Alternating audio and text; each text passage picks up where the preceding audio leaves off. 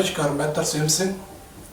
उत्तर प्रदेश में क्राइम व हत्या कोई नई बात नहीं है। यहाँ क्राइम व हत्या मामूली बात बन चुकी है। जहाँ रोजाना हजारों मर्डर जैसे केस सामने आते हैं, जहाँ रोजाना बहु बेटियों के साथ बलात्कार की घटनाएं सामने आती हैं। क्या योगी सरकार क्राइम को रोकने में सफल नहीं हो पा रही है? क्योंकि ऐसी घटनाएं आज भी जारी हैं। जनपद हरदोई क्षेत्र में थाना टंडियावा के अंतर्गत गांव समरेली में ट्रिपल हत्या का मामला सामने आया है। समरोली गांव के पास साधु हीरादास का आश्रम है, जहां मीरादास व पुत्र नेतराम के साथ हीरादास रहते थे, जहां बीती रात कुछ अज्ञात लोगों द्वारा तीनों की हत्या कर दी गई। पुलिस द्वारा मिली जानकारी के अनुसार यह ईंट पत्थर मारकर हत्या की गई है। जी, पूरी जानकारी के लिए चलते हैं हरदोई संवाददाता अरुण शर्मा के पास। जी अरुण जी, इस घटना की क्या जानकारी है आपके पास? जी, यहाँ पे 3 लोगों की निर्मम हत्या कर दी गई, जिनको ईंट और पत्थर से कुचल के इनका पूरा चेहरा बिल्कुल घायल कर दिया गया। यहाँ पूरा पुलिस फोर्स मौजूद हुई यहाँ पे हरदोई के एसपी, डीएम और एसएसपी मौजूद है। और अभी कुछ सूचना मिलने के बाद में यहाँ पे एडीजे लखनऊ भी पहुंच चुके हैं। जी, और जी। अभी यहाँ पे फॉरेंसिक टीम भी आ गई है और पूरी तरीके से तहकीकात करी जा रही है। किसी भी तरीके का अभी कोई सुराग इनके हाथ नहीं लगा है। पुलिस से हम लोग जानकारी करने की पूरी तरह कोशिश कर रहे हैं और गांव वालों से पूछ रहे हैं। जैसा कि हमें अभी तक ज्ञात हो पा रहा है कि कुछ लोगों ने आशंका जताई कि इनके पास काफी प्रॉपर्टी है, जिसके कारण इनकी हत्या कर दी गई है।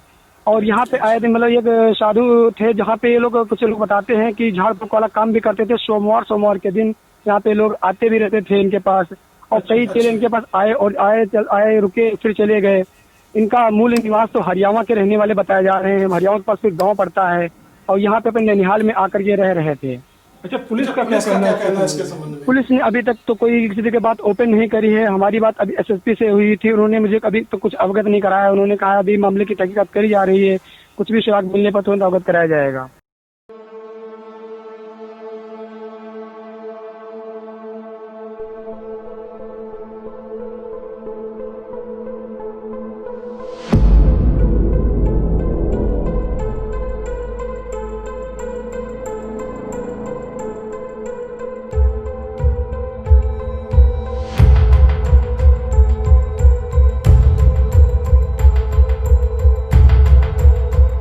कौन पूछ रहा है?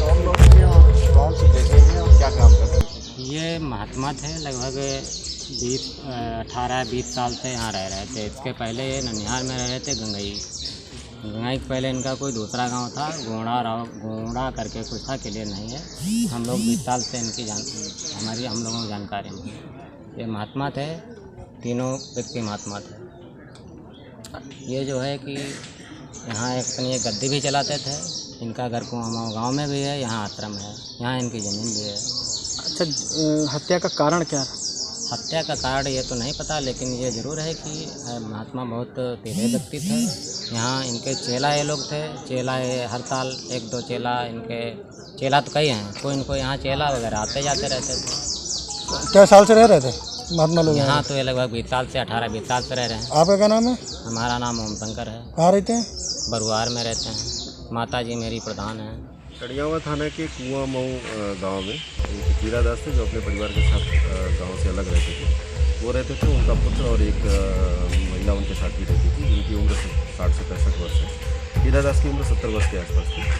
सुबह घटना 7:30 बजे पता चला हमें कि इनकी किसी ने सर पर चोटें करके इनकी तीनों की हत्या कर दी थी। और पुलिस मौके पे है, मैं भी मौके पे हूँ और पूरे घटना की छानबीन की जा रही है।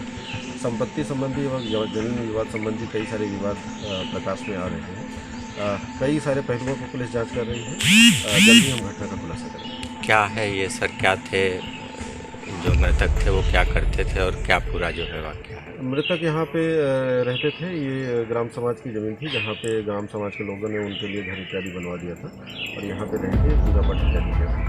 साधु वगैरह भी बताया जा रहा है। ये गांव वालों का जैसे कहना है कि ये यहाँ पे रह के पूजा पाठ इत्यादि किया।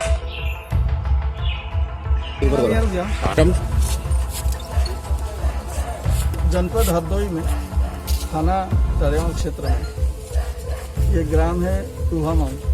यहाँ पर हम लोग जहाँ पे खड़े हैं, यहाँ पे श्री हीरादास जी, जिनका उम्र लगभग 75-80 साल का है, वो एवं उनके साथ जो एक महिला, उनकी पत्नी पहले बताई गई है, अब वेरीफाई किया जा रहा है, उनका उम्र भी लगभग 65 के आसपास होगा, एवं उनका बेटा, ये तीनों का सर कुचला हुआ हालत में पाया गया। एक शार्प इंजरी हीरादास जी को भी है और फील्ड यूनिट और बाकी हमारे डॉग स्क्वाड वगैरह आके इसको वेरीफाई किए। डीएम साहब, एसपी साहब, सभी लोगों ने इसको देखा। इनके साथ कुछ जमीन और या किसी विवाद होने के संबंध में कुछ सूचनाएं तो हमें मिली है, क्योंकि कुछ एप्लीकेशंस, इनका पुराना एप्लीकेशंस हमारे पास कॉपी मिली है, जिस एप्लीकेशन से हम लोग इसको पता लगाने के प्रयास कर रहे हैं। उसके साथ साथ कभी कभी कुछ इनके साथ आते थे, इनके सहायक के रूप में कुछ उनके साथ कुछ समय व्यतीत करते थे और उसके बाद चले जाते थे, जैसे कि गांव वालों ने बताया है। उस एंगल से भी दिखाया जा रहा है कि क्या इसमें हुआ है, और जो कि अभी तक संभव है, प्रथम दृष्टया लगता है लगभग संपत्ति संबंधित ही कोई बात हो सकती है, क्योंकि इनके पास भी अपने ननिहाल के तरफ से लगभग 35-40 बीघा की ज़मीन भी है। और इस सिलसिले में अभी हमारा जांच विभिन्न डायरेक्शन में अभी इसको हम लोग चेक कर रहे हैं।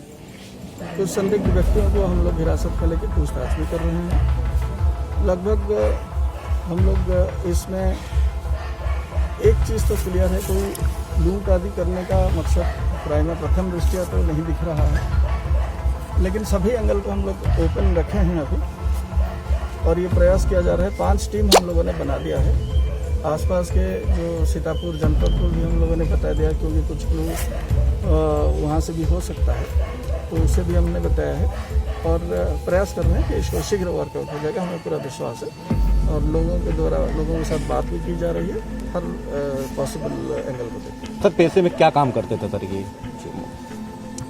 ये गांव से अलग रहते थे, इनकी खेतीबाड़ी थी, मुख्य ये है। लगभग 35-40 बीघा की ज़मीन इनके पास थी, जिसको ये कुछ लोगों को बटाई पर देने की बात प्रकाश में आई है। और क्योंकि ये कुछ झाड़ फूंक और पूजा पाठ आदि भी करते थे, तो लोग इनको आके सम्मान भी देते थे, ये भी बात प्रकाश में। Thank you sir.